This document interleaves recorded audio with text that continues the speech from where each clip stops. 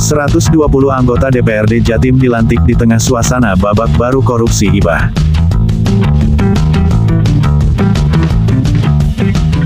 Tengah suasana babak baru penyidikan korupsi dana hibah pokok-pokok pikiran Pokir, DPRD Jatim yang bersumber dari APBD tahun anggaran 2019 sampai 2022, 120 anggota DPRD Jatim periode tahun 2024 sampai tahun 2029 resmi dilantik, Sabtu, tanggal 31 Agustus tahun 2024. Mereka pun diambil sumpah dan janjinya yang dipandu Wakil Ketua Pengadilan Tinggi Surabaya. Ikutilah kata-kata saya. Bagi yang beragama Islam, demi Allah saya bersumpah. Bagi yang beragama Kristen, Protestan, dan Katolik, demi Tuhan saya berjanji. Selanjutnya, secara bersama-sama, bahwa saya akan memenuhi kewajiban saya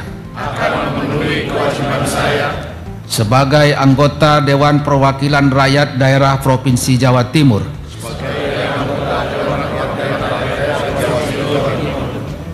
dengan sebaik-baiknya dan seadil-adilnya sesuai dengan peraturan perundang-undangan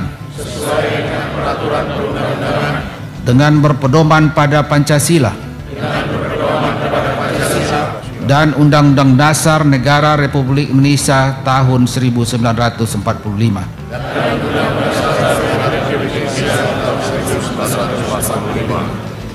Bahwa saya dalam menjalankan kewajiban akan bekerja dengan sungguh-sungguh demi tegaknya kehidupan demokrasi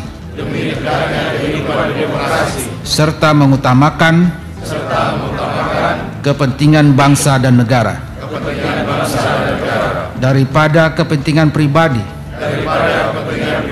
seseorang dan golongan. Bahwa saya akan memperjuangkan aspirasi rakyat yang saya wakili untuk mewujudkan tujuan nasional